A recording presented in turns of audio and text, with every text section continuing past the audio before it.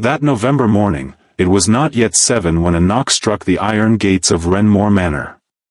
Hard. Decisive. Once. The young footman who opened the door was not expecting visitors at such an hour. Still heavy with sleep, he pulled the door ajar, glanced outside, and stepped back. The man before him looked like a ghost. Pale, exhausted, wrapped in a torn military coat. An old scar marked his shoulder. His hair had grown long, his beard neglected. But his eyes were sharp, alive, and carried the unmistakable recognition of someone who knew this place intimately. "Sir, the servant's voice failed him. "I know how I look." The man stepped inside. His voice was tired, but there was something unyielding beneath it, a hardness that would not break. "Have them prepare." When James Ashford, Duke of Renmore, returned from the dead, no one was there to receive him. He stopped when he entered the great hall. Only for a second. But in that second, his eyes swept across the room, from end to end, with an old habit, the kind war had carved into him. The instinct to search for danger, for change, for what did not belong. It had kept him alive for 3 years. It was working now. His father's portrait was gone. A pale rectangle remained on the wall, the mark of where it had hung for decades. That lighter patch, left by dust and time, looked like the residue of a crime. The portrait had been carefully removed, but the trace had been forgotten. Or ignored. Both said the same thing. James pulled his gaze away from the mark and moved on. His mother's piano was gone. His father's hunting collection, the old maps on the walls, the oak bookcase in the corner, gone. In their place stood new things. More expensive. More ostentatious. They reflected someone's taste, but not the taste of this house. The furniture had been replaced. The curtains changed. Even the carpets were different. It was as though someone had emptied the house from within, erased its past, and written themselves over it. Carefully. Patiently. With the intention of staying. James did not remove his coat. He simply stood there and looked. Years ago, he had run through this hall as a boy. He had played chess with his father at the table in the corner. That table was gone too. His mother's voice still seemed to linger somewhere in the walls. But everything had been covered.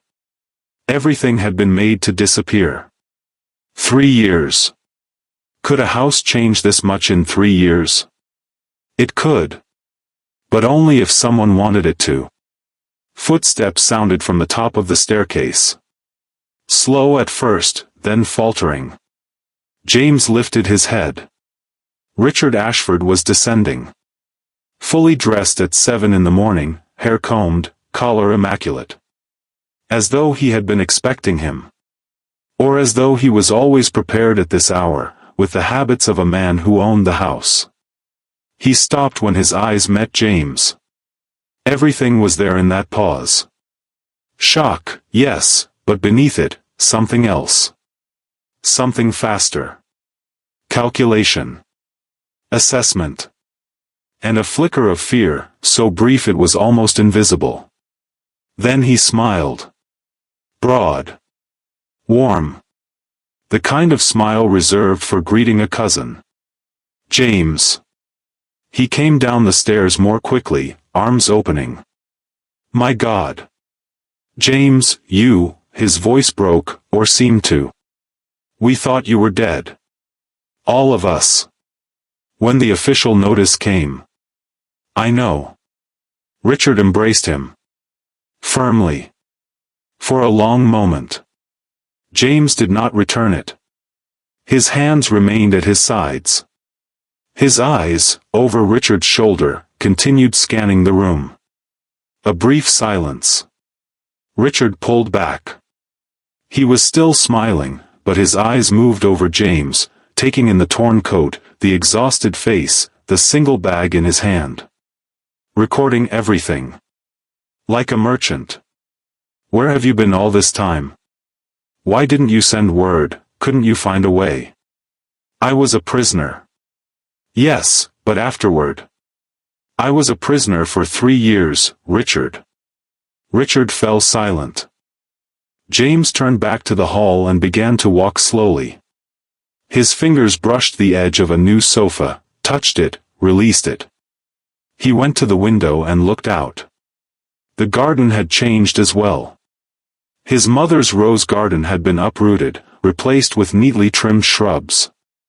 Symmetrical. Cold. Beautiful, but lifeless. The house looks well, he said. His voice was flat. Richard's shoulders tightened, barely perceptible, but James noticed. I did what I could, Richard replied. Things couldn't simply stop while you were gone. The estate, the lands, the tenants, everything needed an owner. So I. Thank you. The sentence cut through the air. Richard did not know how to respond. He had not expected gratitude, he had expected protest, questions, perhaps anger. Gratitude caught him unprepared. Of course, he said at last. Of course, James. This house is yours. It always was. I only. Where did you put my father's portrait? Silence. Richard's smile came a moment too late. We sent it for restoration. The frame was damaged. When?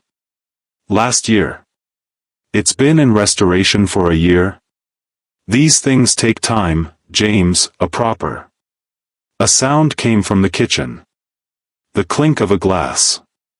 Then the soft noise of something falling. Then footsteps, quick, but trying not to be noticed, the kind that tries to erase its own existence. James stopped speaking. He listened. Then something strange happened. Difficult to name. Something shifted inside him, not in his shoulders, but deeper. As though he recognized something. Not the sound exactly. But the rhythm of the movement, that particular urgency in those footsteps, somewhere deep within, something said stop. His eyes turned toward the kitchen door. Who is that? He asked. Richard answered a moment too late. Only a moment. But James noticed. The kitchen staff, Richard said. His voice was smooth, relaxed, prepared. We hired new people while you were gone. Why do you ask? James did not answer. He straightened his coat and walked toward the kitchen. James. Richard's voice came from behind him. Sharper now, more urgent. Breakfast is being prepared. You're tired, you should go to your room. James did not stop. He placed his hand on the kitchen door. Warm air rushed out, smelling of bread, wood fire, that familiar scent of a house at the first hour of morning. His eyes adjusted to the haze. Then he saw the stove. Then the woman standing at it. Her back was turned. Her hair was pinned up. She wore a servant's apron. Her hands moved, quick, practiced, absorbed in their work. She had not heard him enter. Or did not wish to. James took a step. The wooden floor creaked. She froze. Her hands stopped midair. Her shoulders tensed. Then, very slowly, as though searching for a way to delay the moment, she turned. And James Ashford, Duke of Renmore, looked into the face of the woman he had left behind when he went to war 3 years ago. Eleanor. Shock filled her eyes first. Pure, unguarded, impossible to conceal. Then, swiftly, like a door closing, that shock retreated. Something else replaced it. Something James did not recognize. It was not cold, not distant. It was more complex than shame, harder than fragility. James stepped forward again. Eleanor stepped back. Only one step. But she did. Sir, she said. Her voice was steady. controlled. It had learned much in 3 years. James stopped. That single word, "sir," hit his chest like a blow. This woman knew his name. She had spoken it hundreds of times. In different tones, at different moments, but always his name. And now she said, "Sir." Flat. Formal. Distant. As though they were strangers. As though nothing had ever happened. James's jaw tightened. Something caught in his throat, but he swallowed it. His eyes did not leave her face, trying to read that thing in her gaze. What was she trying to say? What was she hiding? Why was she here? Why the apron? Why the kitchen? Why had she said, "Sir"? "Eleanor." "Breakfast is nearly ready, sir," Eleanor said. Her voice did not tremble. "Shall it be brought to your room?" James did not answer. He simply looked at her. And Eleanor looked back, just for a moment, just for a fraction of a second. Before she closed the door. In that instant, James saw everything he had been searching for. Everything. But he did not yet know how to read it. Behind him, Richard's voice returned. "James, come, I'll explain everything, you're exhausted." James did not leave the kitchen. He did not turn. He stood there, watching as Eleanor turned back to the stove, returned her hands to their work, continued as though nothing had happened. But her hands were trembling. Only slightly. Barely enough to notice. James noticed. That day, James went to his room. He did not have to. But he did, because staying was harder. He had stood at the kitchen door, watching Eleanor's trembling hands, and for the first time, he had not known what to do. The feeling was unfamiliar. For 3 years, he had risen each morning knowing his next step. Even in the prison camp. Even on the darkest days. There had always been a next step. Now there was none. His room had not changed, at least not as much as the others. The bed was the same. The writing desk was the same. But small things were missing. The books on his shelf had been rearranged, wrongly. The old compass his mother had given him was gone. The small wooden box by the window, the one where he had kept Eleanor's letters, was gone. James stared at the empty space for a long time. Then he sat on the bed and, for the first time, truly for the first time, felt what exhaustion was. Not in his bones, but deeper. The weight of 3 years. Of everything he had carried. He did not sleep. He simply waited. Without knowing what he was waiting for. Dinner had been set at the large table. Richard had 2 guests beside him, a local landowner and his wife. James recognized them, their faces lingered somewhere in a corner of his memory. But their names did not come immediately. 3 years ago, they had been important people. Now they were simply 2 individuals sitting at the table. "We are so fortunate you have returned, Duke," the man said. "Terrible news, truly terrible. And yet, here you are, safe and sound." "Thank you," James said. "What was the war like?" "I mean, of course it was difficult, but—" "It was difficult." A brief silence followed. The woman glanced at her husband. Richard tapped the table lightly, steering the conversation elsewhere. Talk continued, of lands, of harvests, of the coming winter. James listened, but did not hear. His gaze moved across the table, his hands resting against the edge of his plate. Then the door opened for service. James did not lift his head. But he knew. He knew before she entered, he recognized the rhythm of those footsteps. Eleanor walked in. A large tray in her hands, an apron at her waist, her face composed and controlled. She moved around the table, serving the guests, then Richard. When she came to James, she did not hesitate, not quite. It was the smallest pause, almost non-existent, but it was there. James felt it. "Sir," Eleanor said quietly, placing the plate before him. James raised his head. Her eyes were lowered, like a servant's. But for a fleeting moment, no longer than a blink, she looked up. And her gaze met his. Then she moved on. She circled the table, returned to the kitchen, and the door closed. Richard was saying something. One of the guests laughed. James looked at his plate. He did not eat. It was past midnight. The house had fallen silent. The guests had left, Richard had withdrawn to his room. James sat in his own, the candle extinguished, waiting in the dark. He had tried to sleep, it had not worked. Since the prison camp, sleep had not come easily. His eyes would close, but his mind would not still, it would fix itself somewhere and refuse to move. Tonight, it was fixed on Eleanor. He rose. Took his coat. Left the room. The corridor was dark, lit only by scattered candlelight. He descended the stairs, crossed the great hall. His feet carried him to the kitchen, unconsciously, or perhaps consciously, though he refused to admit it. He stopped at the door. Light seeped through from within. Low, flickering candlelight. And sounds, the soft clink of glasses, the creak of a chair. Someone else could not sleep. James opened the door. Eleanor was seated at the table. A glass of water before her, a worn piece of fabric in her hands, she was sewing, or trying to.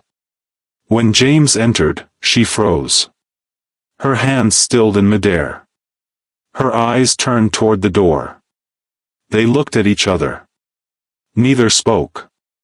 A second passed, then another. Eleanor was about to rise, to say, "Sir, I apologize, I will leave at once." James knew it, could hear the words before they were spoken. "Sit," he said. Eleanor stopped. "Sit, Eleanor." At the sound of her name, something shifted in her face. Small, controlled, but there. Slowly, she sat back down. James pulled the chair opposite her and took his seat. Between them stood a wooden table, and 3 years, and hundreds of unspoken things. The candle burned between them. "How long have you been here?" James asked. Eleanor paused for a moment.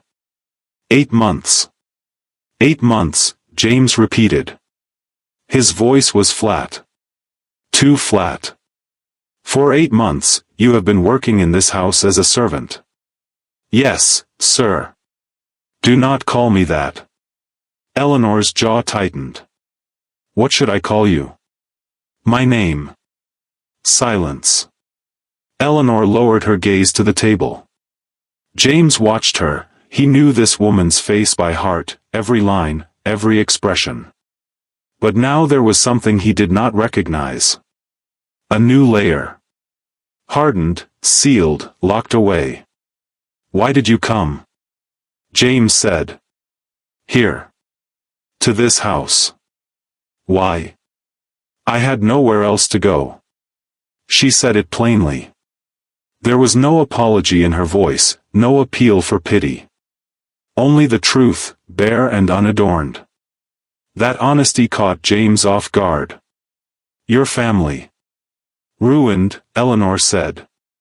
"After my father died, the debts surfaced. Everything was lost. The house, the land, everything." She paused. "You were dead as well." The last sentence came out differently. Lower, from a different place. James leaned forward, resting his elbows on the table. "Look at me." Eleanor did not raise her head. "Eleanor. Look at me." Slowly, she did. Their eyes met. And James found what he had been searching for, but what he found was not what he had expected. There was no anger. No accusation. Only exhaustion. Deep, bone-settled exhaustion, the kind that had given up fighting. It shook him more than anger ever could. "How did Richard treat you?" he asked. Eleanor looked away. "Eleanor. I work here, sir," she said. Her voice had closed again, composed once more. "I do my duties. Beyond that. How did he treat you?" The silence stretched. The candle flickered in the faint draft from the window. Eleanor's hands lay on the table, her fingers gripping the piece of cloth. "When he had the chance," she said at last, very softly, almost inaudible, "he made improper offers. She stopped. I refused." James's hands clenched into fists beneath the table, unseen. But Eleanor noticed. "James," she said. For the first time. She spoke his name without realizing it. Then she did realize, and her eyes widened. "Go on," James said. His voice was controlled, but something was burning beneath it. "When I refused, he made me a servant," Eleanor said. "He said, being the hero's fiancée brought you nowhere. Now you will see what you truly are." And she stopped. For a long moment. "I had no other choice." James stood abruptly. His chair scraped back. Eleanor flinched. James moved to the window and looked outside. The garden lay in darkness, the moon hidden behind clouds. His hands were clasped behind his back, fingers interlocked. For a long time, he said nothing. "They thought I was dead," he said at last. Still looking outward. "An official notice came," they said. "My name was not on the prisoner lists." He turned, looking at her. "Did you believe it too?" Eleanor swallowed. "The notice came. Official seal. Your name was on it. And you believed it." "I waited for months," she said. Her voice broke, just once, the first time that night. She gathered herself quickly. 4 months. And then, she lowered her head. "Yes. I believed it." James returned to the table. He did not sit, he stood there. Eleanor's head was bowed, her eyes on the table. James extended his hand, placed it near hers, not touching, but close. "Look at me," he said. She did. "I am here," James said. "And I am not leaving." Something broke in Eleanor's eyes. Small, fast, but it broke. Then it closed again. Not entirely this time. "Richard," James said. "I will speak to him tomorrow." "James." Eleanor's voice was a warning. "Be careful. He has been here a long time. He knows everything, everyone. You have only just returned. You are tired. You have nothing. I have something." Eleanor waited. "Time," James said. "And my intention." It was early morning. James had not slept, but when he rose, his body was accustomed to it. 3 years of little sleep and less rest had made waking a reflex. He washed his face, dressed in his old clothes. He did not look at the mirror. He went downstairs. The house had not yet woken. Sounds came from the kitchen, not Eleanor, someone else, moving faster, louder. James did not stop there. He went straight outside. The air was cold. That sharp November cold that turned breath white. James paused at the doorway, drew it deep into his lungs. He had longed for this scent for 3 years, wet earth, wood, morning grass. The prison camp had smelled different. Everything had been different there. He closed his eyes. For a second. Then opened them and walked toward the stables. The stables lay behind the manor, among oak trees. James had come here often as a boy, his father had taught him to ride here. The first time he fell, he had not cried. His father had said, Ashfords rise when they fall.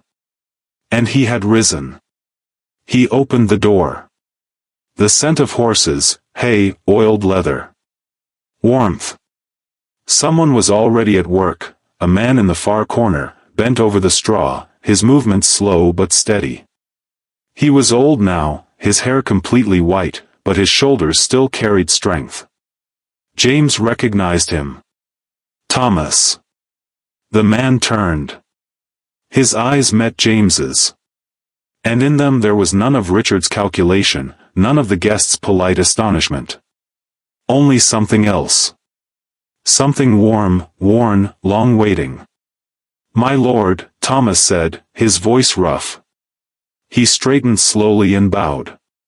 "Thank God." James stepped closer. "You're well." "I am, my lord." Thomas wiped his hands on his trousers. His eyes moved over James, the torn coat, the tired face, but he said nothing of it. "I had nearly lost hope of seeing you again." "Why?" Thomas hesitated. Looked away, then back. Something weighed inside him, whether to speak or remain silent. James recognized it. People looked like that when they were deciding not what they knew, but whether they would say it. "Shall we sit, my lord?" Thomas said. There was an old bench in the back of the stable. James had sat there many times, once with his father, then alone, then not at all. Thomas remained standing opposite him, hands clasped. "Where shall I begin?" Thomas said. It was not a question. "At the beginning," James replied. Thomas began. He spoke slowly, carefully. But as James listened, he understood. Thomas knew everything. He had known for months, perhaps years, and had carried it alone. "When the news of your death arrived," Thomas said, "Mr. Richard acted immediately. Unbelievably quickly. As though he had been waiting. Within 2 days, lawyers came. Legal papers were prepared, seals ready. Everything was in order. Too in order. Too fast. Were they my father's lawyers? No, my lord. Others. He brought them from London." James said nothing. He listened. The management of the estate passed to him. The lands, the accounts, everything. At first, he did little. As though waiting. Then he began to change things. Slowly. First small things. Then larger ones. Thomas paused. "I did not remove your father's portrait, my lord. The order was given." "I know," James said. Thomas continued. He spoke of the tenants, of several families driven off their lands, of people who had lived here for decades suddenly forced to leave. Of how most of the old servants had been replaced. Of how everything in the house had been reshaped, step by step. James listened with patience. Then Thomas stopped. He took a deep breath. "Will you not ask about Miss Eleanor, my lord?" James's eyes turned to him. "Tell me." Thomas looked down. His hands were still clasped before him. "Miss Eleanor arrived 8 months ago," he said. "She came through the gates at night. Alone. With only a small bag. I opened the door.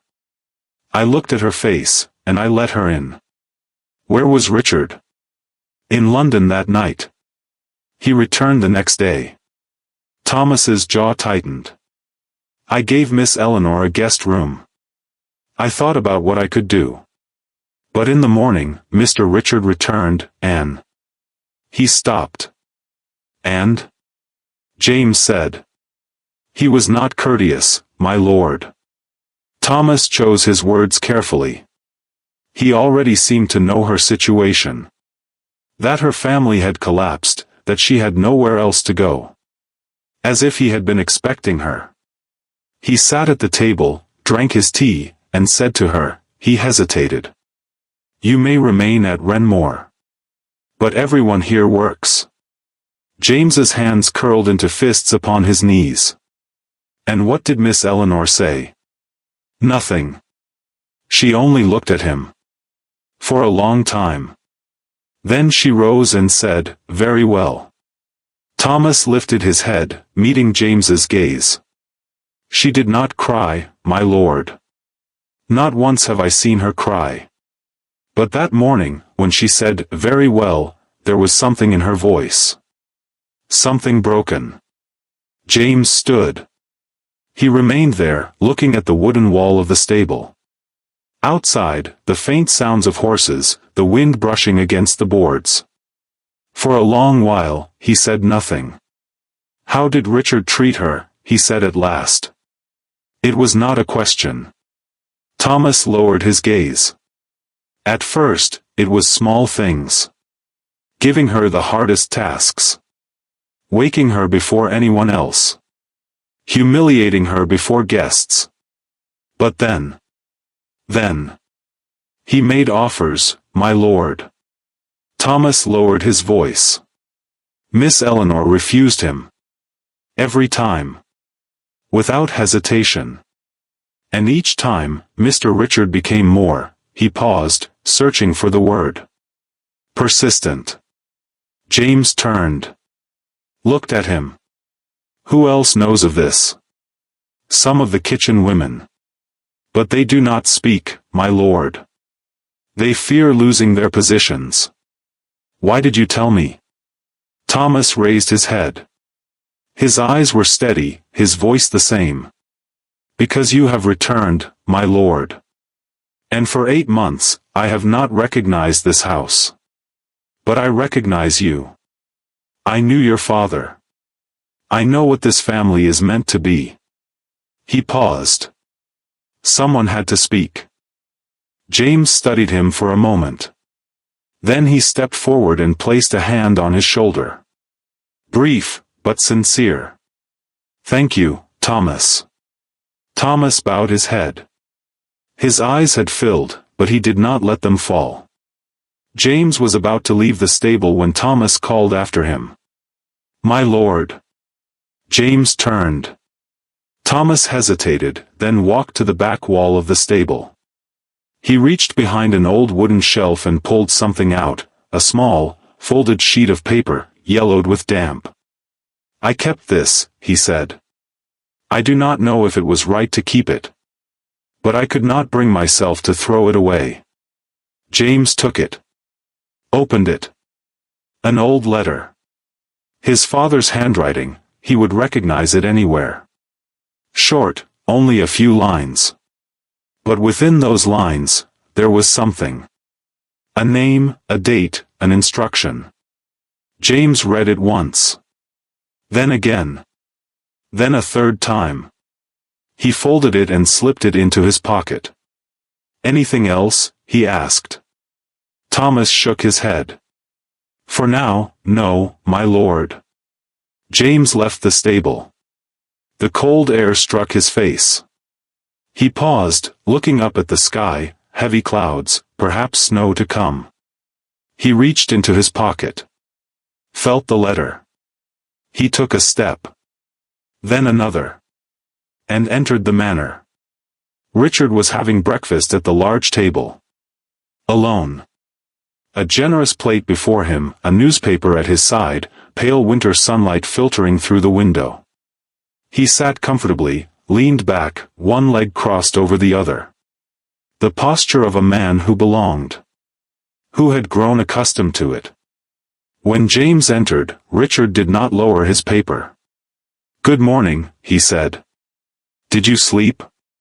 Was everything in your room satisfactory? James sat across from him. He poured coffee, did not drink it, simply held the cup before him. We need to talk, he said. This time, Richard folded the newspaper and set it aside. He turned to James. Something flickered in his eyes, readiness. He had expected this. Of course, he said. What would you like to discuss? Everything, James said. The estates. The documents. And Eleanor. Richard's expression did not change. "Who is Eleanor?" James looked at him. Richard waited a few seconds, then gave a light laugh. "A jest. The woman from the kitchen. Vasa's daughter." He took a sip of his coffee. "What would you like to see, James? The accounts? The condition of the lands? Everything is recorded, you may review it at any time." "The documents," James said. "The ones declaring me dead. And everything built upon them." Richard tapped the table lightly with a finger, thoughtfully. Then he stood. "Come," he said. They went to the study. It had been his father's study, or it had been. Now everything was altered. The desk remained, the large oak desk, but everything upon it was different. New papers. New seals. A new order. The shelves had been rearranged. His father's legal books were still there, but new volumes had been inserted among them. Richard opened a cabinet. Took out a file. Placed it on the desk. "Here," he said. "Read. It's all there." James sat. Opened the file. Turned the pages, slowly, carefully. His face did not change as he read. The documents were proper. Too proper. Official seals, correct signatures, precise dates. The Army's notice of death, followed swiftly by the transfer of inheritance papers. Everything was legal. Everything followed procedure. But it was too fast. Not even 2 weeks had passed after the notice before the inheritance was completed. Normally, such processes took months. James closed the file. "You moved quickly," he said. Richard shrugged. "The estate needed an owner. You were gone. I was here. What was I to do, wait? The lands must be worked, the tenants managed, the accounts maintained. These things require authority, James. In 2 weeks? I have capable lawyers." James rose. Left the file on the desk. Began to walk slowly around the room, thoughtful. He stopped by the window and looked outside. "I want my estate back," he said. "Of course," Richard replied. "It is yours. It always has been. I only—" "When?" Richard paused. "These matters take time, James. There are documents, formal transfers, legal procedures." "How much time?" Richard stepped forward, to the front of the desk. He sat. Folded his hands together. And something changed in his face, subtle, almost imperceptible, but it changed. The mask slipped. Beneath it stood another man. Calculating. Cold. A man who had thought about this for a long time. "Sit, James," he said. "Let us speak properly." James did not turn. He remained at the window. "We can speak here." Richard waited a moment. Then began. "You have just returned from war. You are tired, worn. What do you have with you? A bag. A torn coat. No money, no connections. You have been absent from this world for 3 years." His voice was soft, almost gentle. "If you go to court, it will take years. You will need lawyers, witnesses, funds. You do not even have a lawyer." "I do." Now James turned. Looked at him. "And your offer?" he asked. Richard smiled. He had been waiting for that. "I remain here," he said. "The estate remains under my management. And you," he spread his hands. "You live comfortably. You will not lack money. You may travel, go to London, go wherever you wish. Only, do not attempt to reclaim this house." Silence. The wind stirred outside. The wooden frame creaked. James walked to the table. Leaned over, opened the file again. Turned a few pages. He was looking for something. He found it. Tapped it with his finger. "This signature," he said. "The witness signature. On the death notice." Richard looked. Yes. Who was this man? A witness. A military officer. "The name is incorrect," James said. "There was no officer by that name in my unit. I knew them all." Richard's expression did not shift by even a fraction. "Perhaps from another unit." "Perhaps," James said. He closed the file, set it down. Looked at Richard. "Or perhaps not." A brief silence. Richard stood. Walked around the desk, came close to James. There was little distance between them now. His voice lowered. "James. Be sensible. You have nothing. You cannot take this house, you cannot remove me, you cannot win in court. If you stand against me, what will you have left in the end?" James looked at him. For a long time. "I have an offer," he said. Richard raised an eyebrow. "Is there space in the stable?" Richard froze. "What?" "In the stable," James said. His voice was calm, almost casual. "I need somewhere to stay. I will work there, assist Thomas. In return, a place to sleep and food." For several seconds, Richard said nothing. Then he laughed, a genuine laugh, born of astonishment. "The Duke of Ashford, sleeping in the stable? Why not?" "James, this is absurd. Will you accept or not?" Richard stopped. His eyes studied James. This was something, a game, part of a plan.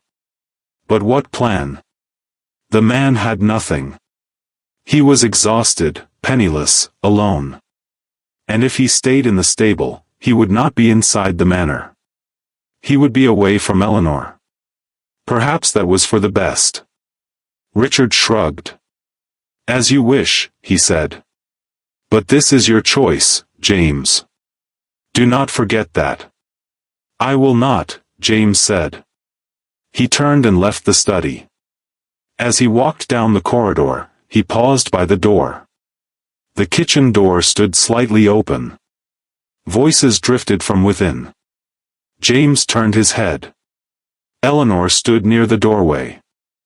Her face was pale. Her hands clasped before her. She had heard, how much, James could not know, but it was written in her gaze. Her eyes were filled. But she did not let them fall. James looked at her. He did not speak a single word. But his eyes said something, calm, resolute, unbroken. Eleanor's lips trembled. She spoke in a voice so low it was almost inaudible. "Don't do this," she said. "Don't sleep in the stable. It would be better if you left. Leave this place, James, save yourself." "I am not leaving," James said. "But I am not leaving, Eleanor." Silence. Eleanor closed her eyes. Took a breath. Opened them again. James moved past her, heading toward the door. Just before reaching it, he turned, glancing over his shoulder. "I will be in the stable tonight," he said. "If you wish to speak, you know where to find me." He opened the door. Cold air rushed in.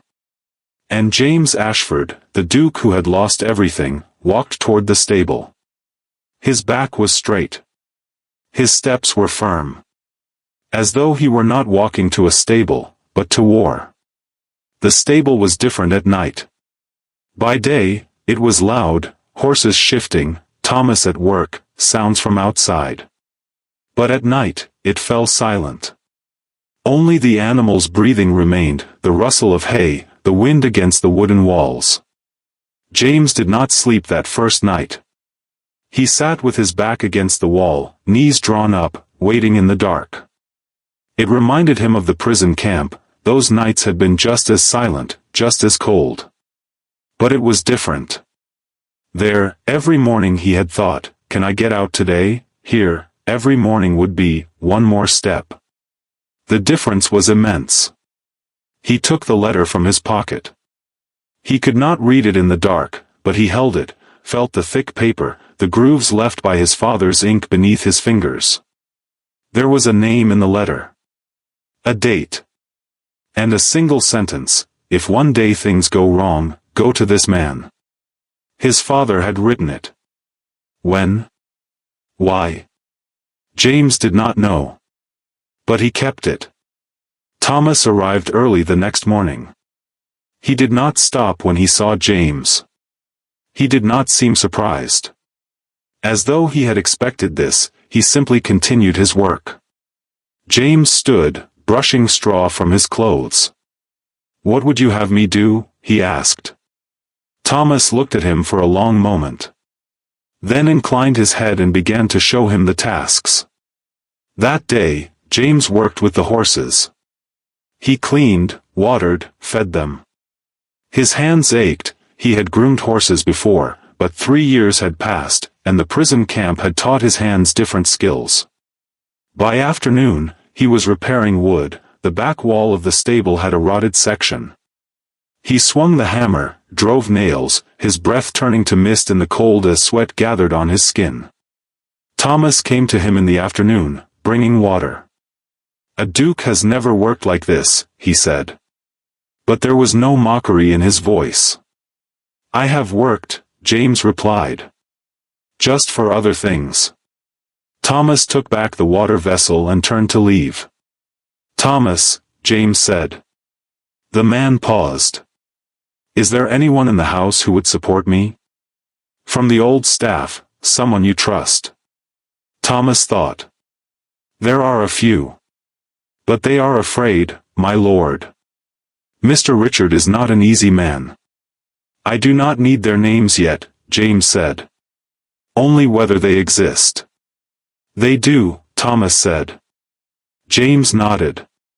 "That is enough." Eleanor came on the second day, near midday.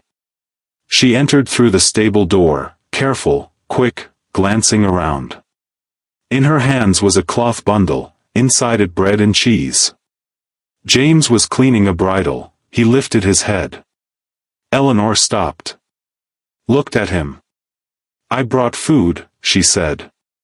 Her voice was steady, but her eyes were not. "Thank you." She stepped forward and held out the bundle. James took it.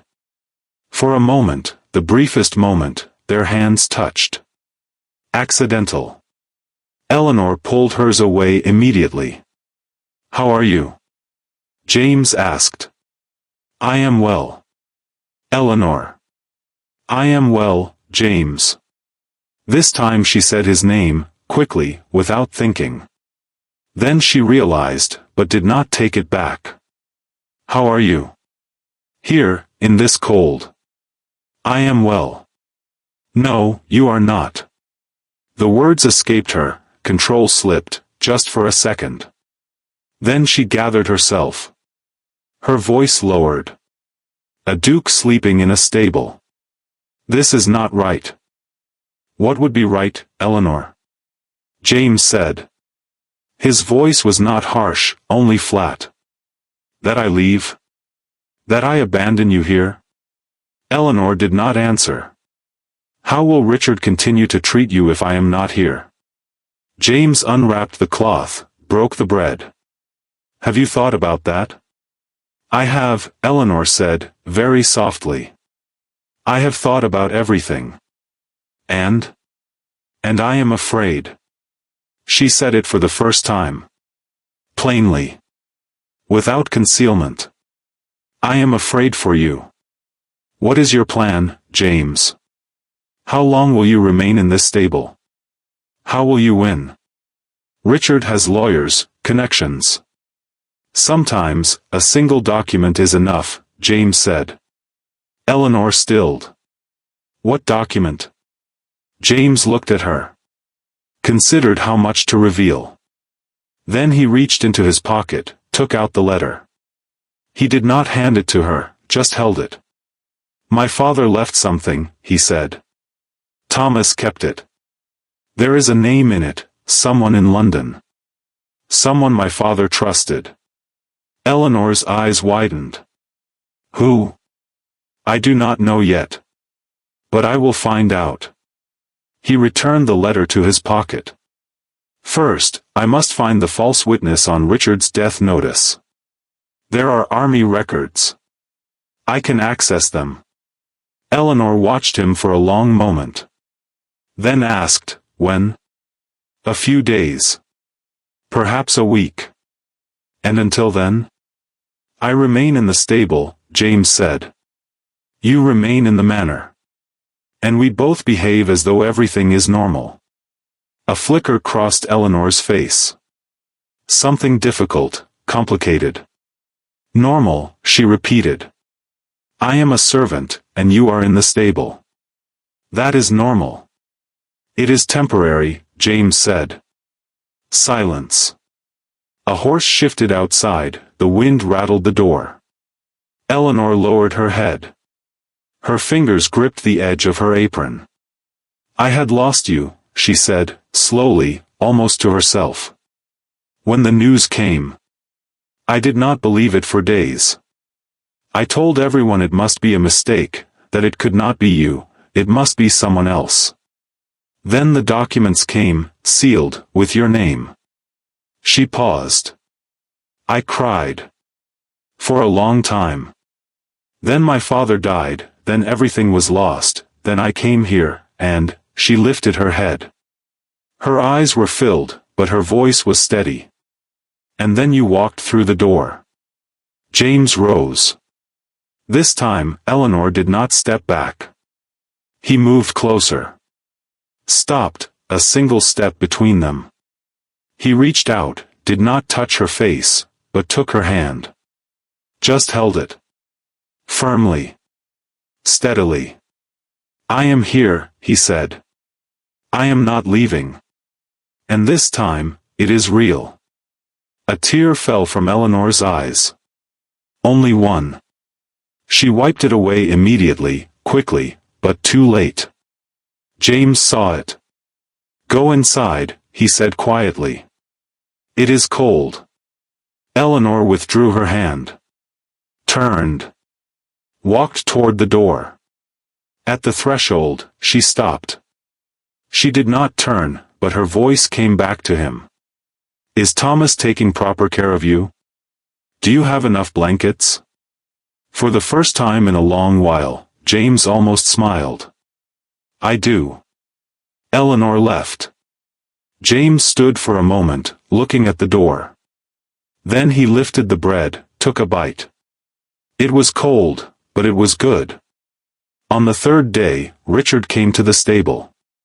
It was not early morning, but afternoon.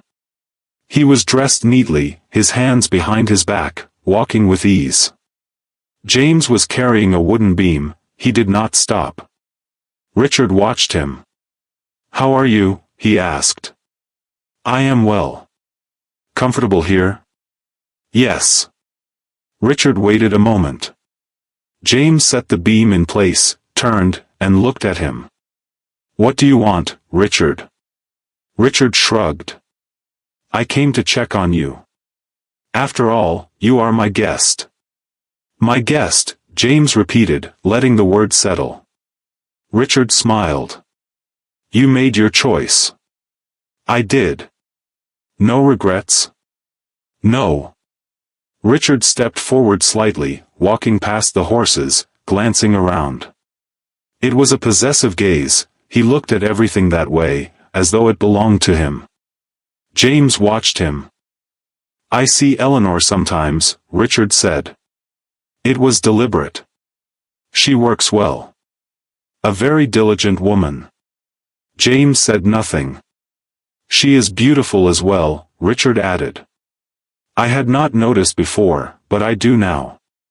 "You were engaged, were you not?" "Before the war. A long time ago." He paused. Much has changed. James picked up the shovel and resumed working. You are trying to provoke me, he said.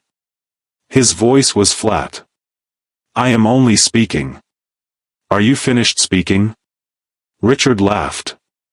He turned to leave, then paused at the door. James, he said, turning back. His smile was gone now.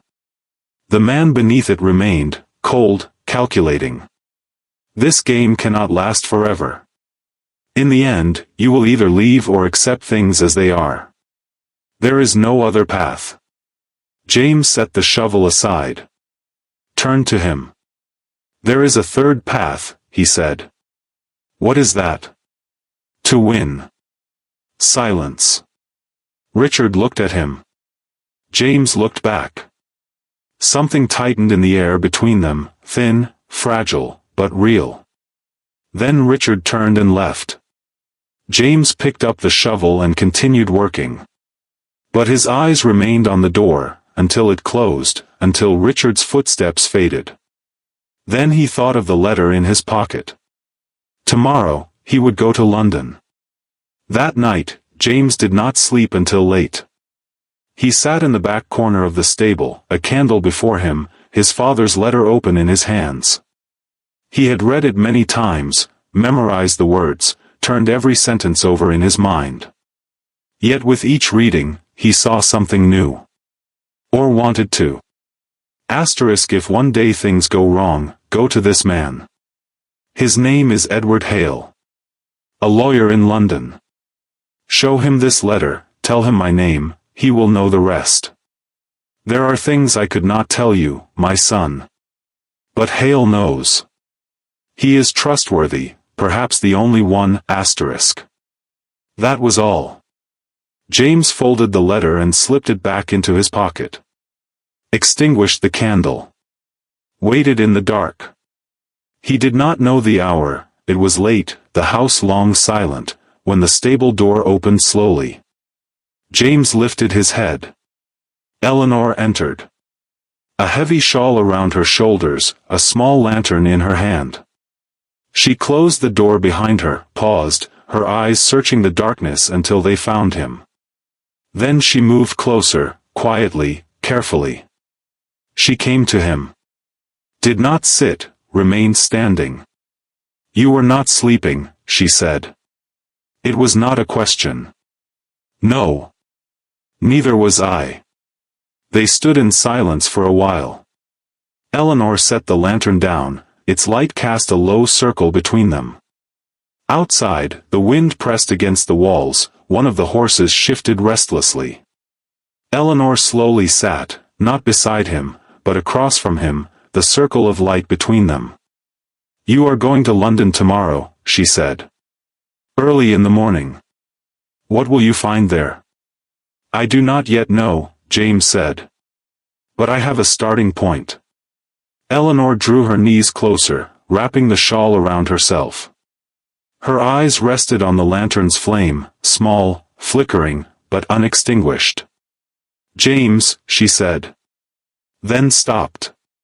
Speak. I want to apologize. James was surprised.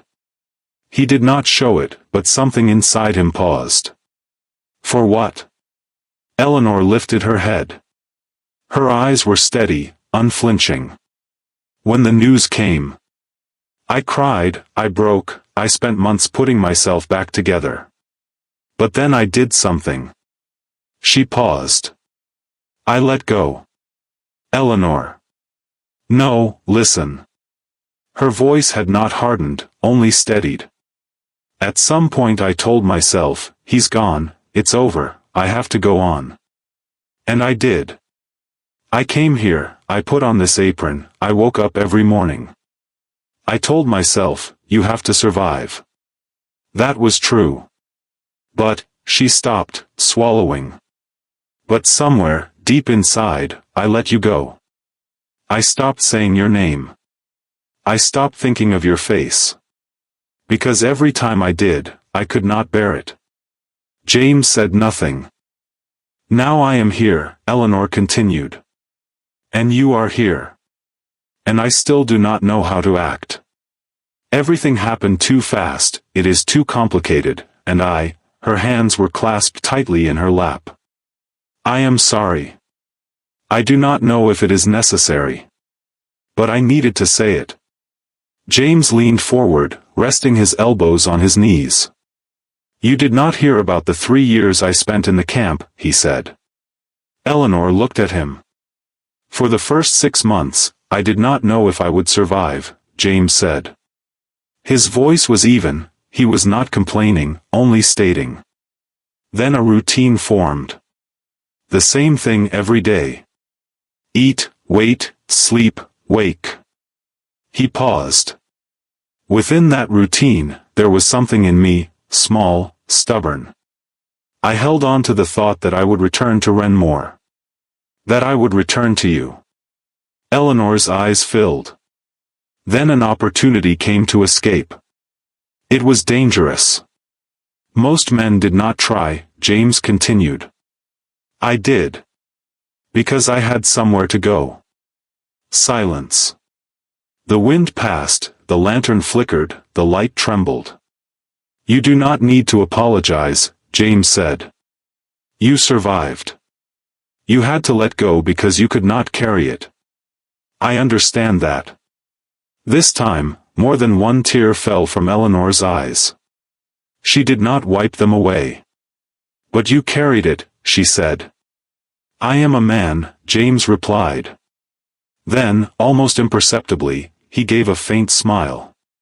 Carrying things without asking questions is easier. Eleanor looked at him. Then she laughed as well, a brief, unexpected, real laugh. It passed quickly, but it was there. And in that moment, James saw the woman he had left 3 years ago, exactly her, no one else. Then it was gone. Eleanor grew serious again. How long will you stay in London? She asked. 2 days. Perhaps 3. And during that time, Richard. Thomas is here, James said. And you are here. Eleanor frowned. I am a servant.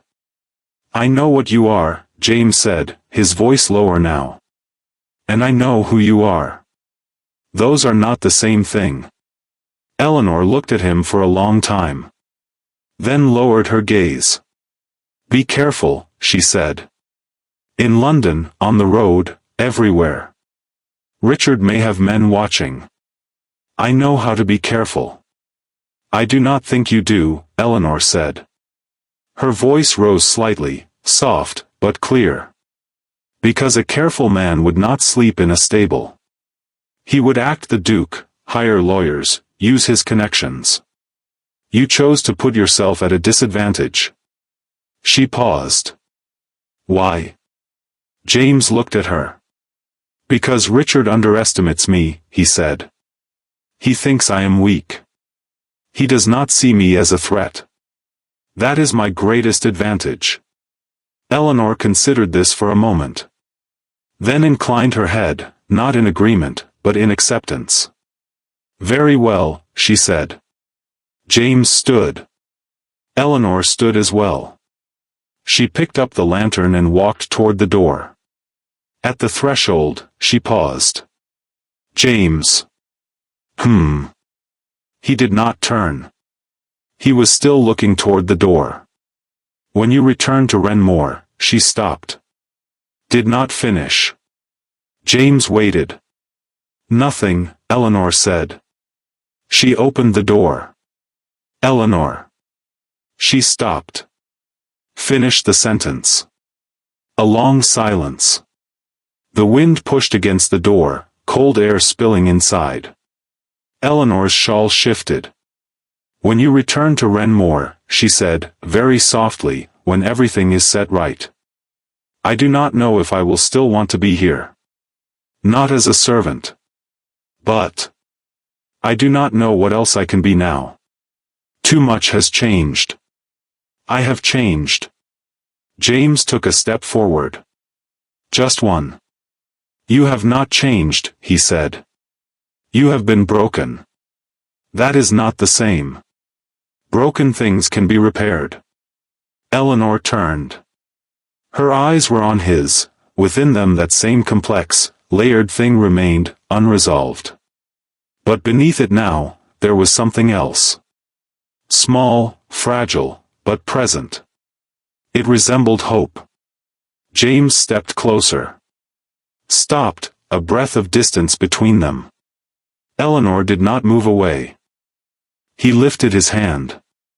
He did not touch her face, only adjusted a strand of her hair, closed the edge of her shawl at her collar. Small, ordinary gestures, as though he had always done them. Eleanor held her breath. "Go inside," James said. "It is cold." She did not move for a second. Then she turned and left. James stood in the doorway, looking out into the dark garden. The manor lights were dim. The wind moved through the grounds. Tomorrow, London. He slipped his hand into his pocket. Felt the letter. Edward Hale. He did not know who the man was. But his father had trusted him. And for now, that was all he had. It would be enough. He returned to the stable. Lay down. That night, he slept. London was cold. James reached the city in 2 days, on horseback, avoiding the main roads, taking the coastal routes instead. He needed to be cautious. Richard had connections in the city, he knew that. A familiar face seen in the wrong place would send word. When he entered the city, he felt unrecognizable. 3 years ago, James Ashford would have come here in a carriage, in clean clothes, as a name people knew. Now he arrived in a worn coat, as someone no one looked at. That was good. Edward Hale's office was near the Thames, on a narrow street, in the second floor of an old building. James climbed the stairs, found the door. The sign was small, only a name, only a profession. No display. He knocked. "Come in," a voice answered from within. The man was in his 60s. Short, wearing spectacles, papers scattered across his desk. When he saw James, he did not rise immediately, he observed first. Assessed. Then he stood. "Who are you?" he asked. James walked to the desk. Took out the letter. Held it out. The man took it. Opened it. Read it, slowly, absorbing each word. Then he looked at James again, this time differently. Recognizing. Understanding. "Sit," he said. As Hale began to speak, James understood why his father had written that letter. The man knew everything. "Your father came to me years ago," Hale said. His hands were folded on the desk, his voice measured, precise, without unnecessary emotion. He had suspicions about Richard Ashford. Old documents, old accounts. He had noticed irregularities, small discrepancies. Money that had gone where it should not. Theft? James asked. More complex, Hale replied. Richard had certain lands registered under his own name. With forged documents. When your father realized, he confronted him, but could not prove it. Richard had acted ahead of the records. He paused. That is why your father came to me. To gather evidence. But my father died. Yes. Hale adjusted his glasses. There was no time. But the documents remained. I kept them, at your father's request. In case someone came, one day. James leaned forward. Where are they? Hale stood. Went to a cabinet, searched briefly. Returned with a large envelope, placed it on the desk. Here, he said. But on their own, they are not enough. In court, you will need a witness.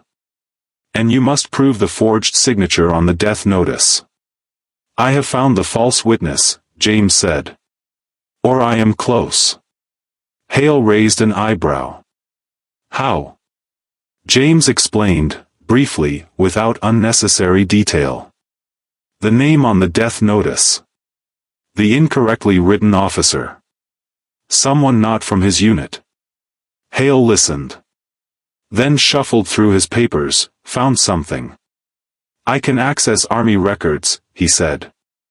I have a former client, high-ranking. We can examine the records concerning that witness. He paused. But Mr. James. He looked over his glasses. If this goes to court, Richard will deny everything. He will hire defense lawyers, delay, prolong the process. You must understand that. I do, James said. And during that time, you are still, Hale paused. Where are you staying at present?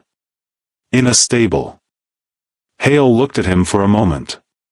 Then removed his glasses, set them on the desk. In a stable, he repeated. Yes. For a moment, Hale said nothing. Then he gave a slight nod, not in approval, but in acceptance. Very well, he said. Then we must move quickly. There is a way to corner Richard without waiting for the court. Explain. They spoke for 2 hours. Hale spread documents across the desk. James leaned over them, tracing lines with his finger. The papers had been there for years, yellowed, some warped by damp, but legible. Some bore his father's handwriting. Each time James saw it, he paused, for a second only. Then continued.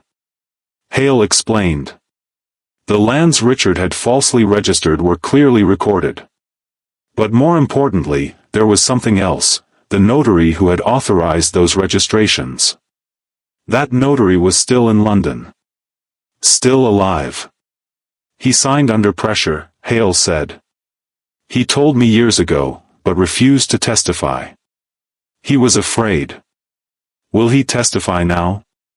If he believes Richard can no longer reach him, Hale said. But for that, Richard must first be weakened. James stood. Walked the length of the room, short, narrow, finished in 3 steps. The false witness on the death notice, he said. Find him. That changes everything. Why? Because the land documents prove an old crime, James said. But the false death notice is different. It is deliberate, planned, a direct act against me.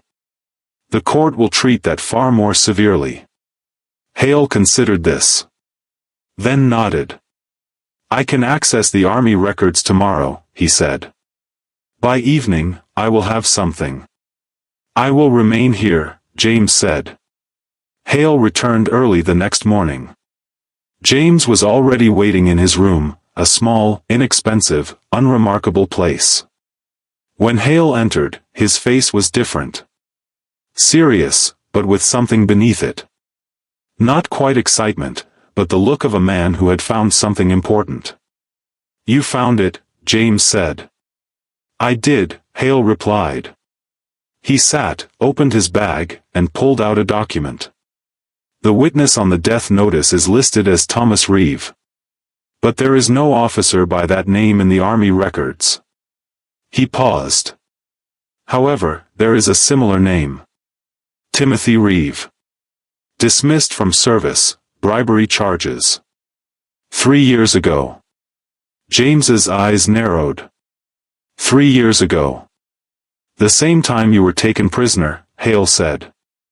And Timothy Reeve's last known address, he glanced at the paper. A small town, 2 hours from Renmore. Silence. James stood. Richard found him, he said. A dismissed officer, in need of money, forgotten by everyone. He bought him. So it appears, Hale said. If we find this man and make him speak. Everything collapses, James said. Hale nodded. Everything collapses. James moved to the window. Looked out at London's grey morning, fog, cold, crowded streets. Barges drifted along the Thames in the distance. He thought. There was something in him, something he had felt in war. A critical moment. One wrong move, and everything would be lost. The right move, and the door would open. "I will find him," James said. "It could be dangerous," Hale warned. "If Richard learns." "He won't," James said, turning. "You speak to the notary. Soften him, prepare him. I will find Timothy Reeve." Hale hesitated. "Mr. James, this is a legal matter. There are procedures." "I know," James said. "But first, we find the people. The rules come after." Hale studied him for a moment. Then gave a slight shrug, the gesture of a man who had stopped arguing. "2 days," he said. "Meet me again in 2 days."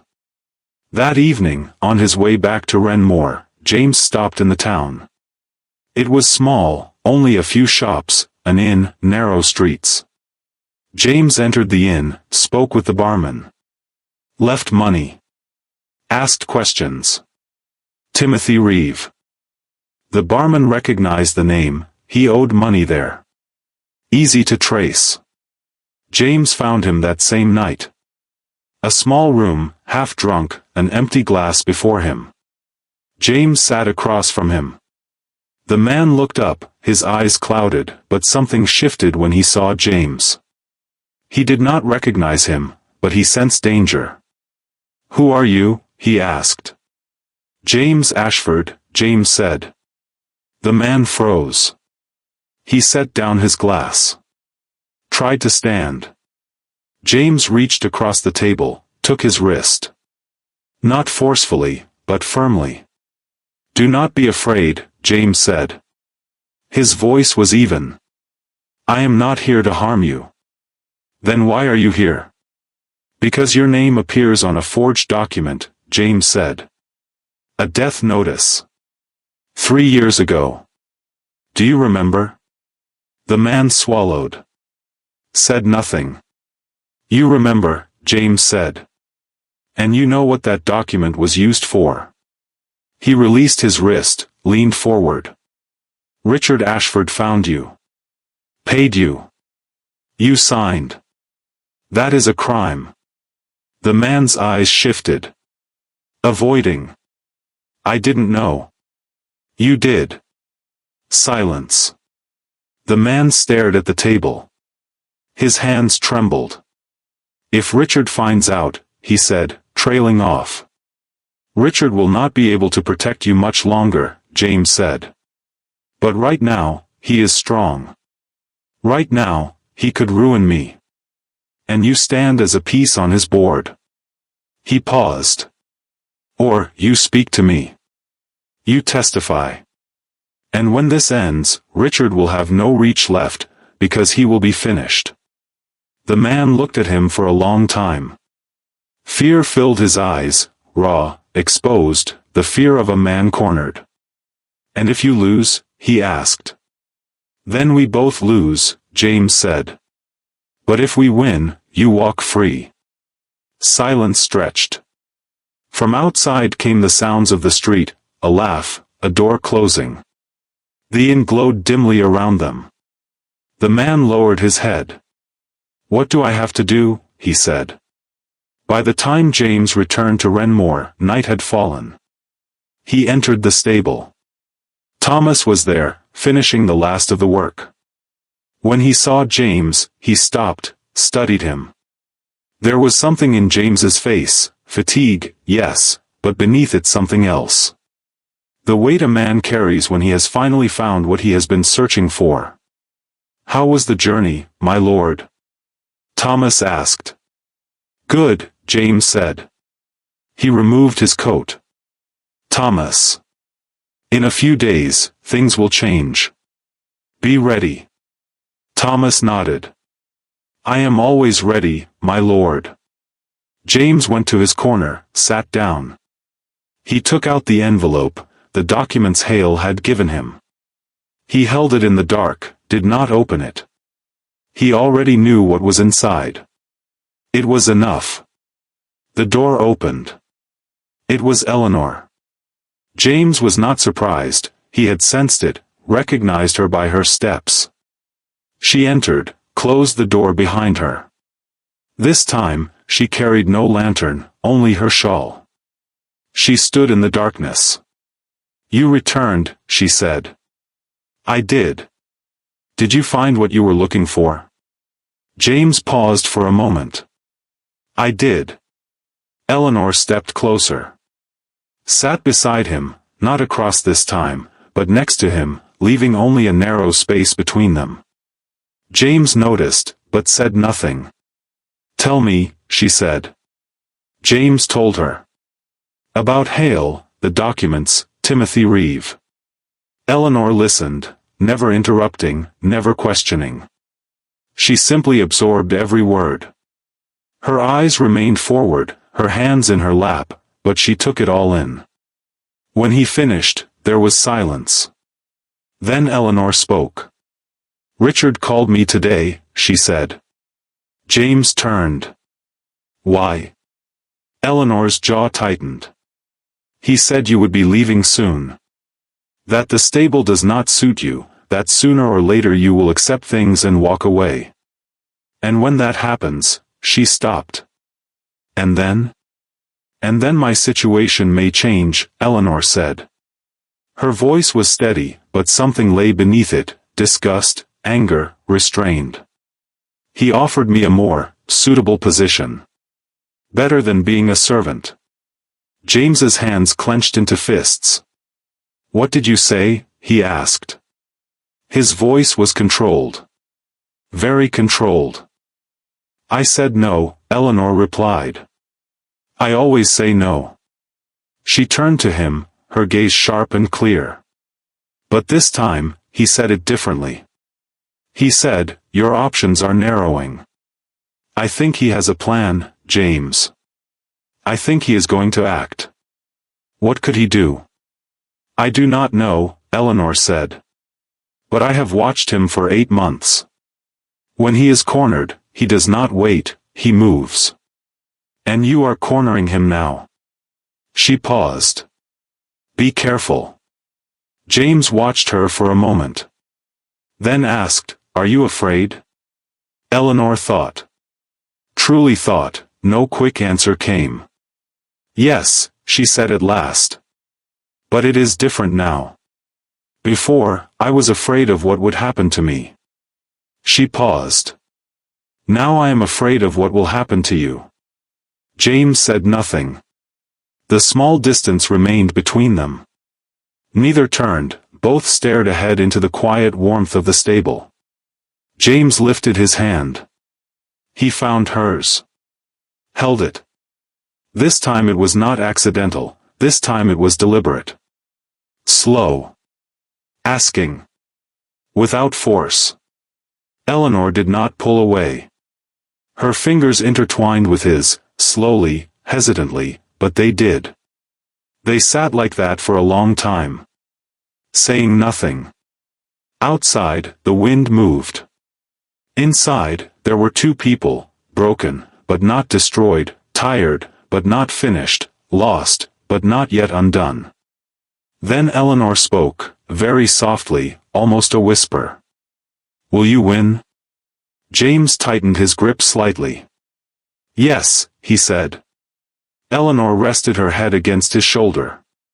Slowly, carefully, as though asking permission. James did not move. He simply sat.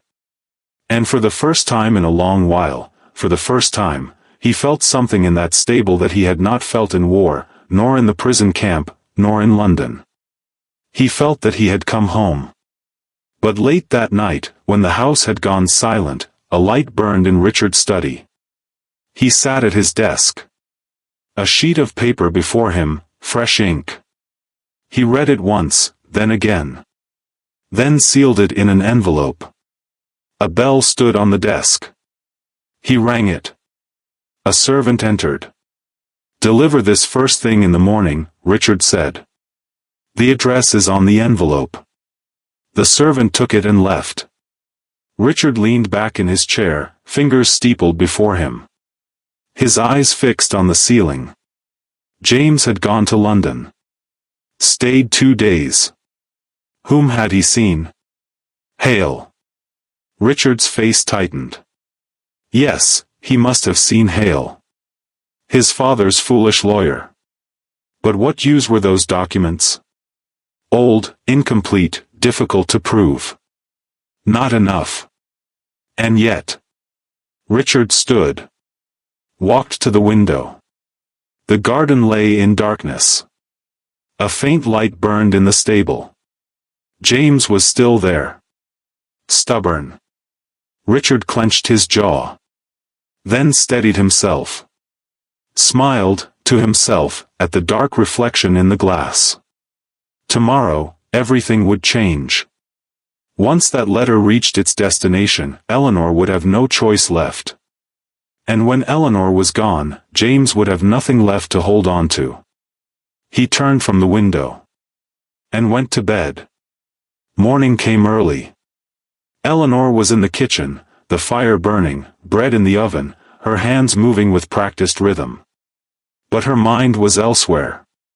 The night before, she had sat in the stable, rested her head against James's shoulder, held his hand. When she woke, that warmth remained, not physical, but somewhere deeper. It was dangerous. Because hope was dangerous. She had learned that over 8 months. Hope only made the breaking worse. And yet. The door opened. Richard entered. Eleanor turned. Composed her face, flat, neutral, the servant's expression. But something inside her tightened.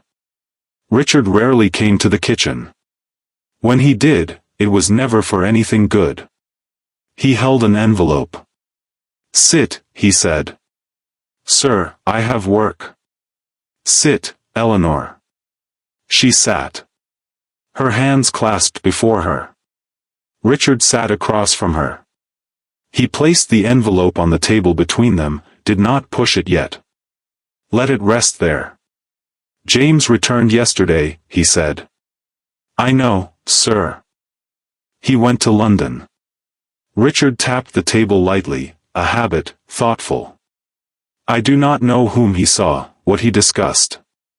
But I can make a guess. He paused. James is a diligent man. Always has been. Once he decides something, he does not let it go. Eleanor waited. You are the same, Richard said. His tone unchanged, calm, almost gentle.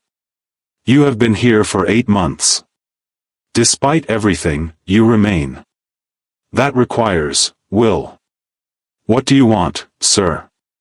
Richard slid the envelope forward. It stopped in front of her. Open it, he said. Eleanor looked at it. Her name was written on the front, not in her own hand, but another's. She took it. Opened it.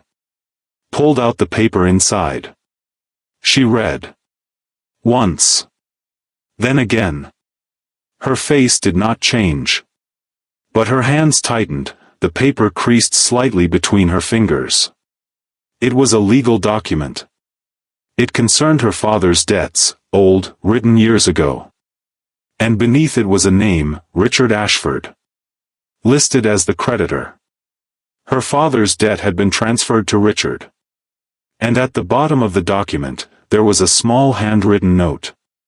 Asterisk, in exchange for this debt, Eleanor Voss's labor at Renmore Manor shall not be considered sufficient collateral.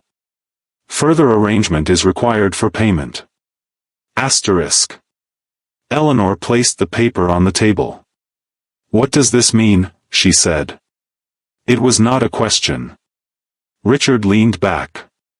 Your father owed money, Eleanor. To me. For years. You did not know because I chose not to tell you. I did not wish to seem cruel. He paused. But now I must.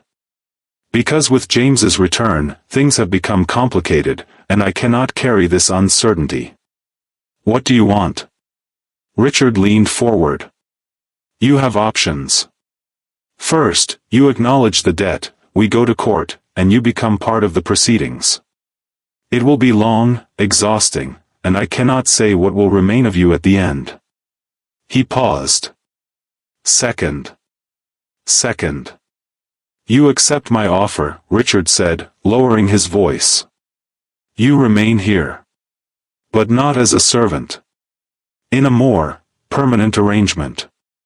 Eleanor looked at him. Richard smiled. "James will not win, Eleanor." "What does he have?" "An old lawyer, incomplete documents. I have been here for 3 years. Everything is in my hands, documents, connections, money. He sleeps in the stable, you work in the kitchen. Where do you think this is going?" Eleanor stood. Richard stood as well. Think carefully." Eleanor took the paper. Turned. Left the kitchen. She walked down the corridor, fast, straight, without looking to either side. She stepped outside. The cold struck her face, she paused, drew a breath. Then she ran to the stable. James had already begun his morning work. He was speaking quietly with Thomas, making plans. Hale would arrive within 2 days. Timothy Reeve had agreed to testify. The notary had begun to soften. At the slightest sign of Richard's weakening, he would speak. Everything was coming together. Slowly. Carefully. But it was coming. The stable door opened. James turned. It was Eleanor, and the moment he saw her face, something in him went on alert. Her expression was controlled, but her eyes were not. Her hands were tight, her steps sharp. "Thomas," James said. "Would you leave us?" Thomas left.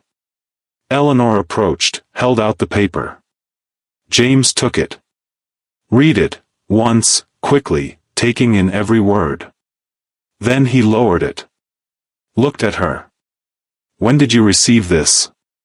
"Just now." Richard came to the kitchen. James glanced at the paper again. Her father's debt. Transferred to Richard. The document looked real, or convincingly so. Professionally prepared. "You have never seen this before?" he asked. "No," Eleanor said. "My father spoke of debts, but I never knew to whom." She paused. "If I had known this before, I would never have come here." "I know." "James." Her voice rose slightly. "If this document is real." "It is not," James said. Eleanor stilled. "How do you know?" James folded the paper and slipped it into his pocket. "Because Hale has all of your father's debt records. He was his lawyer, everything is with him. This name is not on that list." He paused. Richard fabricated it. Eleanor's shoulders dropped, slightly, but noticeably. As though she had released something she had been holding. "Are you certain?" she asked. "Yes," James said. Then added, "This is good news." Eleanor frowned. "How is this good news?" "Because Richard is afraid," James said. His voice was calm, but there was something beneath it, the tone of a man recognizing a critical moment. "He learned I went to London. He realized I found Hale. So he created this document, to frighten you, to drive you away from me." He paused. A cornered man makes a move. This was his. Eleanor considered it. Her eyes remained on James, measuring, weighing, deciding. "And your move?" she asked. James paused for a moment. "Hale will be here in 2 days," he said. "Timothy Reeve will testify. And we expect something from the notary." He paused. "But before we wait, I need to speak to Richard." "For what?" "To give him a chance," James said. "If he withdraws on his own, there will be no court, no scandal. He leaves quietly." Eleanor frowned. "Why would you give him that chance?" I am not giving it, James said evenly. But I will offer it. He will refuse. And when he does, everyone will hear it. Eleanor understood. You want witnesses, she said. Thomas is one. Perhaps a few others. He paused. And you? That afternoon, James entered the manor. For the first time in 3 days, he stepped inside. 2 footmen stood in the corridor. They froze when they saw him. James walked straight ahead, without looking to either side. He knocked on the study door. Come in. Richard was at his desk. When he saw James, he rose instinctively, then restrained himself, slowed, and sat again. It was a posture of ownership. James, he said. How are you? I am well. James closed the door, stepped forward. He did not sit. I want to speak with you. Go on. I have an offer, James said. He did not place anything on the table. Did not produce a document. He simply stood there. Leave. Quietly. By agreement. The estate, including the disputed lands, returns to me. You go wherever you wish, London, Scotland. I will not pursue you. Richard watched him for a moment. Then he laughed. It was genuine, but laced with mockery. Is that your offer? He said. You walk in from the stable and offer me pardon? Not pardon, James said. A way out. I do not need a way out, James. Richard stood, walked around the desk, approached him. Look at me. What did you bring back from London? An old lawyer and unfinished documents. I have been here 3 years. Everything is built around me. A court case would take years. And in that time, you. Timothy Reeve, James said. Richard froze. Only for a second. But he froze. James saw it. And understood, everything was in that pause. Fear. Calculation. A mind moving quickly. Who? Richard said. His voice was flat. Too flat. A dismissed officer, James said. The one who signed my death notice. Lives 2 hours from Renmore. He paused. He has agreed to speak. Silence. Heavy.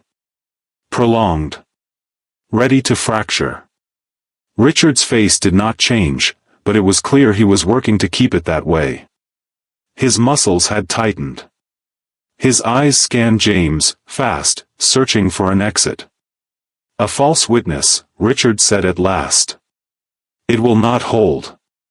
Perhaps, James said. But there are your father's debt records as well. Hale has them. And the forged land transfers. And a notary who signed under pressure, who is prepared to speak. He paused. Each alone may not be enough. Together. You cannot prove it. The court will decide, James said. I will simply present the evidence. Richard stepped closer. His voice lowered, not quite a threat, but near it. James. Do not do this. It will become a scandal. The Ashford name will be dragged into court, into the papers. Everyone will talk. It will damage you as well. I know, James said. Then. I will do it anyway, James said. Because this was my father's house. And you declared me dead with a forged document. He paused. One final time. The offer still stands. Leave, quietly, cleanly. Tonight. Hale arrives in the morning. Richard stared at him. James held his gaze. That moment, everything turned on it. Everything converged there. And in Richard's eyes, James saw something shift. The calculation was ending. The numbers no longer aligned. and Richard knew it. But he could not surrender his pride. "No," he said. James nodded once. Turned, walked to the door. "James." Richard's voice came sharp behind him. "By tomorrow morning, you will regret this." James opened the door. "Perhaps," he said. And left. That night, the house fell into a strange silence. James returned to the stable. Spoke with Thomas, about the morning, about Hale's arrival, about preparations. Thomas listened, nodding. Old, tired, but steady. Eleanor came after dinner. She saw James. Stopped. Looked at him. "How did it go?" she asked. "As expected," James said. "He refused." Eleanor nodded. She had nearly expected that. She stepped inside, sat beside him, without hesitation this time, without delay. James noticed, but said nothing. "Tomorrow," she said. "Tomorrow," James replied. Silence. Then Eleanor spoke, quietly, thoughtfully. "After you win," she said. "When everything is set right. When this house is yours again." She paused. "What will I be?" James turned to her. This time, she did not look away. She held his gaze, direct, open, unguarded. Everything she had kept closed for 8 months was in that look. Fear. Hope. And a question long left unspoken. James did not answer immediately. He stood. Eleanor stood as well. The space between them narrowed. James reached into his pocket. Eleanor waited. He took something out, small, metal, faintly golden. Eleanor's eyes widened. A ring. Old. Simple. Familiar. Her ring.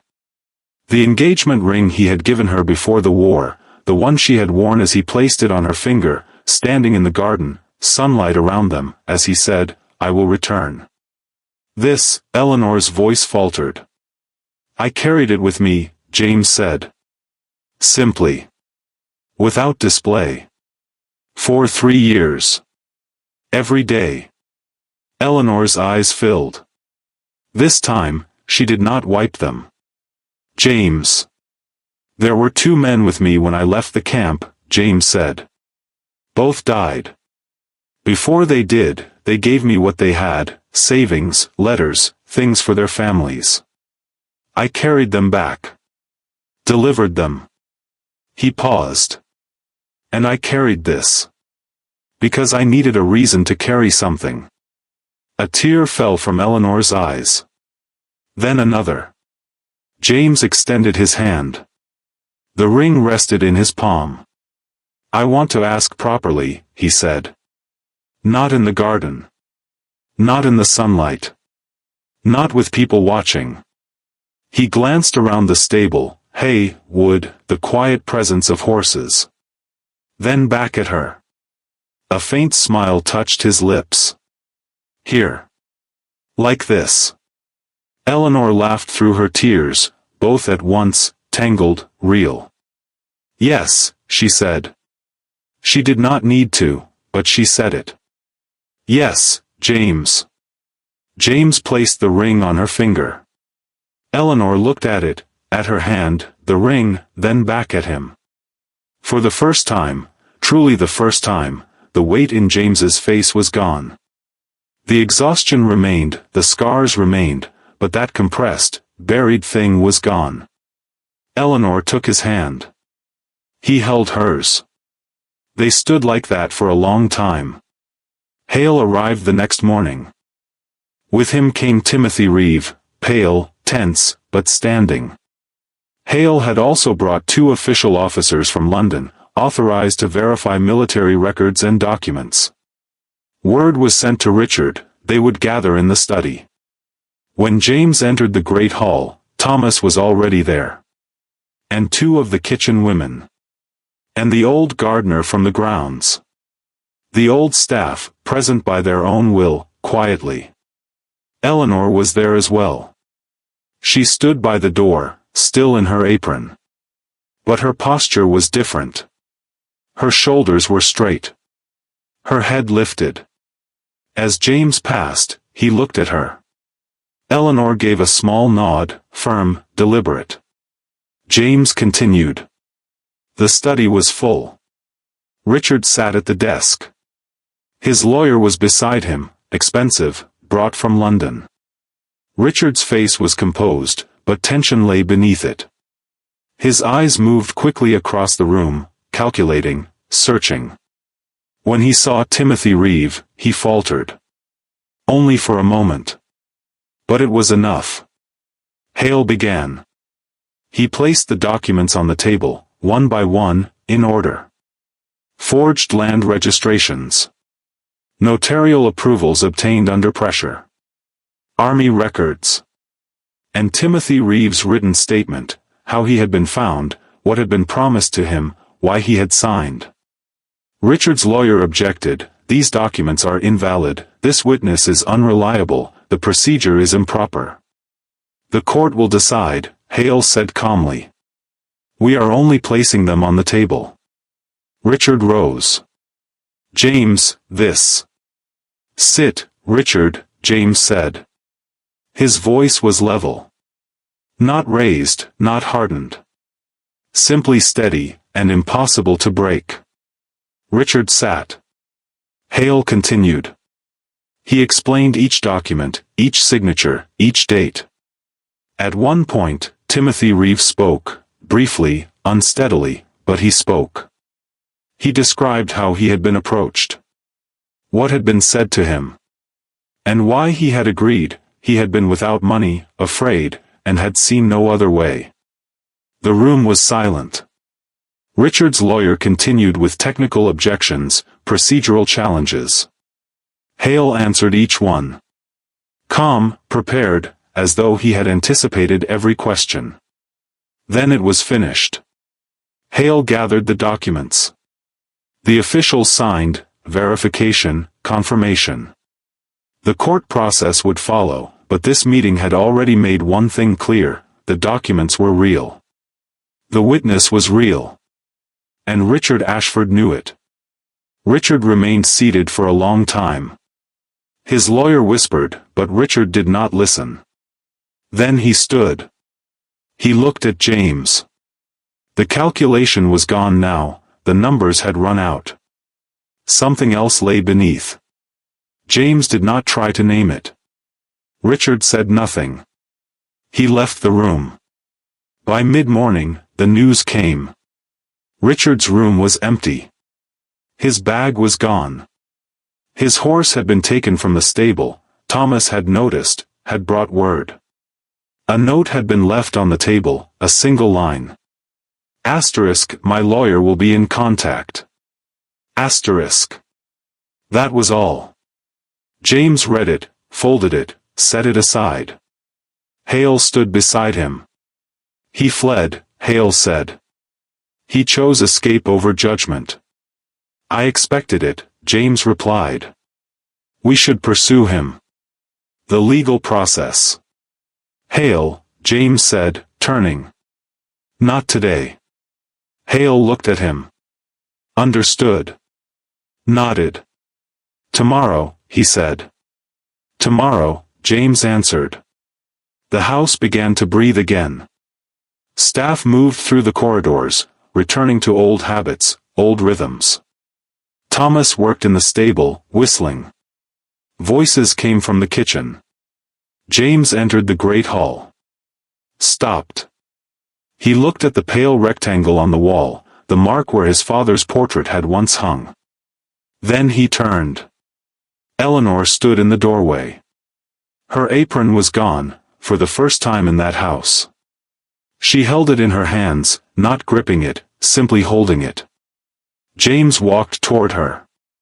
Stopped, a single step between them. Eleanor looked at him. In that gaze was everything, 8 months, 3 years, what had been broken, what had been carried, what had never been said.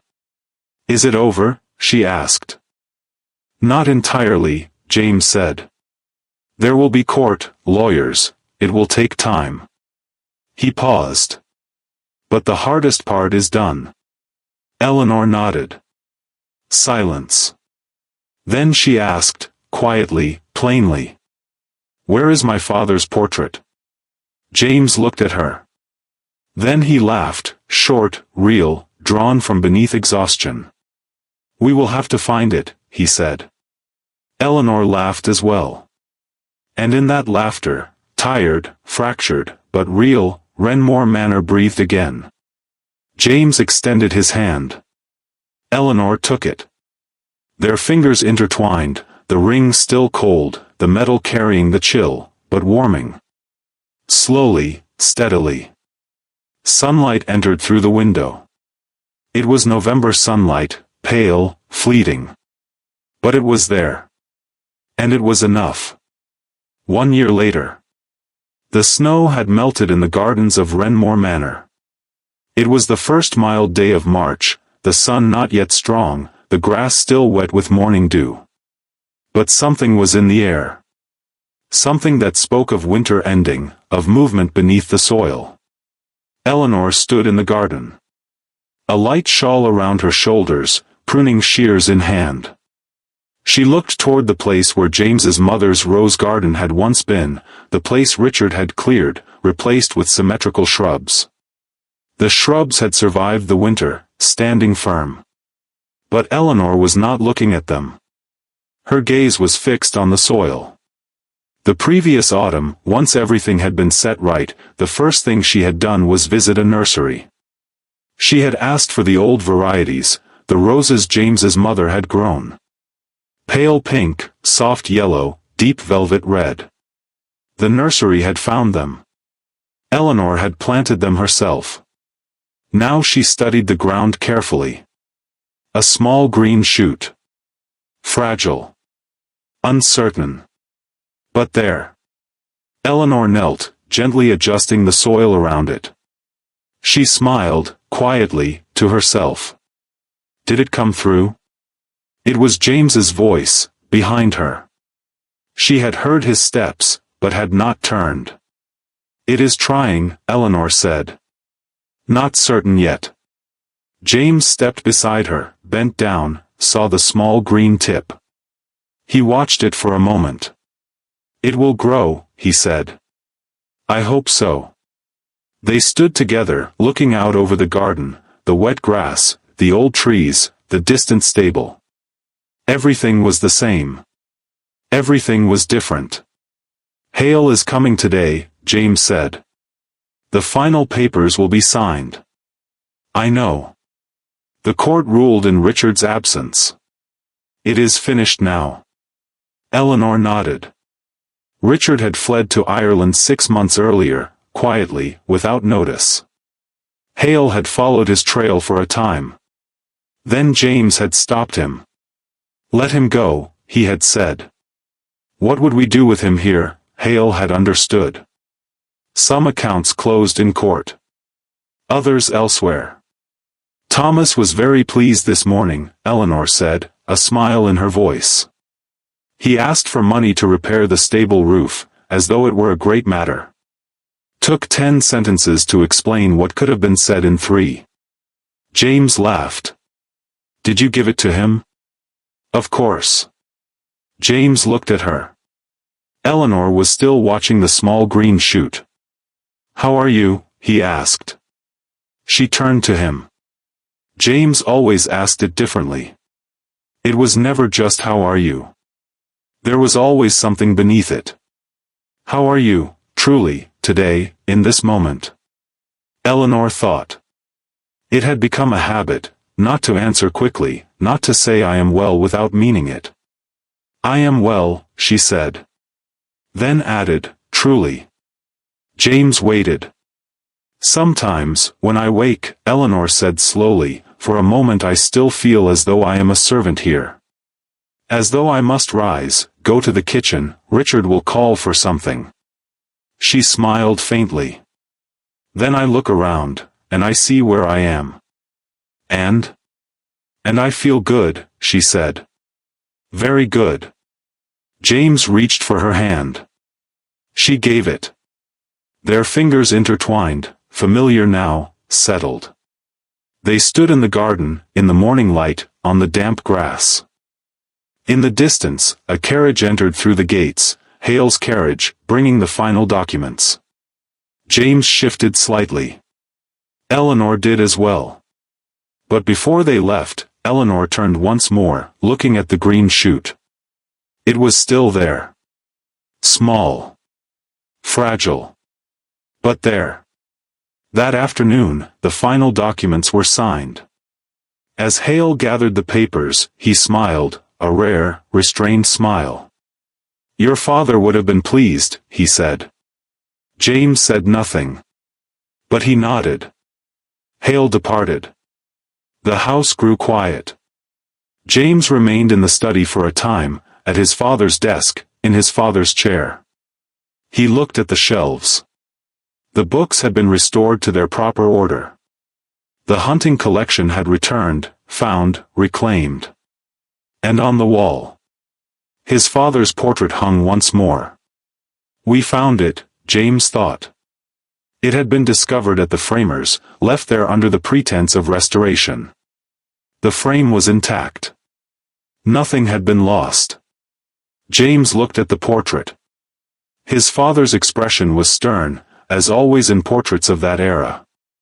But James knew those eyes. He knew what lay behind them. It is done, he said quietly, alone in the room. Then he rose. Dinner was taken at the smaller table that evening, not the great one, but the room near the kitchen. Thomas sat with them this time, at Eleanor's insistence. At first, he hesitated. I am no gentleman, my lord. Sit, Thomas, James said. Thomas sat. The meal was simple, prepared by Eleanor, alongside the kitchen staff. She had not said it, but James understood, she still spent time there by choice. It was something tangible, something she could hold. A habit that had kept her alive for 8 months. It did not need to be abandoned. As they ate, Thomas told old stories, of James as a boy, of his father. Small things. Forgotten things. Once, James had fallen from his horse and had not cried, but had clenched his teeth so tightly his cheek had swollen. His father had not noticed. Thomas had. Eleanor laughed. Thomas laughed. James laughed. For the first time in a long time, 3 people laughed at that table. Late that night, when the house had gone quiet, Eleanor stepped into the garden. It was cold, the nights were still cold, March was deceptive. She wrapped her shawl tightly and walked across the damp grass to the rose beds. Not to see. Only to be there. James followed. Whether he had known or simply chosen, she did not ask. He stood beside her. They remained there, in the dark, beneath the stars, their breath visible in the cold air. Sometimes, Eleanor said, then paused. James waited. Sometimes I think of those days, she continued. In the kitchen. The cold mornings. My hands burned from the fire, my back ached, and, she paused. And I wonder, if the girl I was then had known. If she had known she would stand here 1 year later. What would it have changed? Eleanor considered. It might have made it easier, she said. Or perhaps not. Perhaps it was necessary not to know. To go step by step, without seeing ahead. James nodded. He understood that. It had been the same in the camp. If he had seen a year ahead, perhaps he would not have endured. Instead, he had held on to the next day. May I tell you something? Eleanor said. Yes. That night, she said. The night you returned. In the kitchen. You entered, I turned, our eyes met. She paused. In that moment, I felt something. I could not say it then, I should not have, but I felt it. What did you feel? Eleanor searched for the word. Relief, she said at last. I did not know how. I did not know when. I did not know if you would survive. But in that moment, something shifted inside me. Something small. But it changed. James turned to her. She turned to him. Their eyes found each other in the darkness, the same eyes that had met in that kitchen, carrying everything, saying everything. James raised his hand. This time, he touched her face, not just a strand of hair, but her cheek. His palm was cold, her skin was warm. Eleanor placed her hand over his. Held it. They stood like that for a long time. The wind had stilled. Everything had stilled, hands, breath, time. Then a sound came from the distance, the restless movement of a horse in the stable. Thomas's quiet voice followed, calming it. The night continued. The world continued. Eleanor leaned into James. He held her. And in the garden of Renmore Manor, on a cold March night, two people, broken, yet repaired, stood together. Beneath the soil, the roses were growing. Slowly. Silently. Surely. Thank you for listening to the story all the way to the end. Please tell us which city you're watching from and what the story made you feel.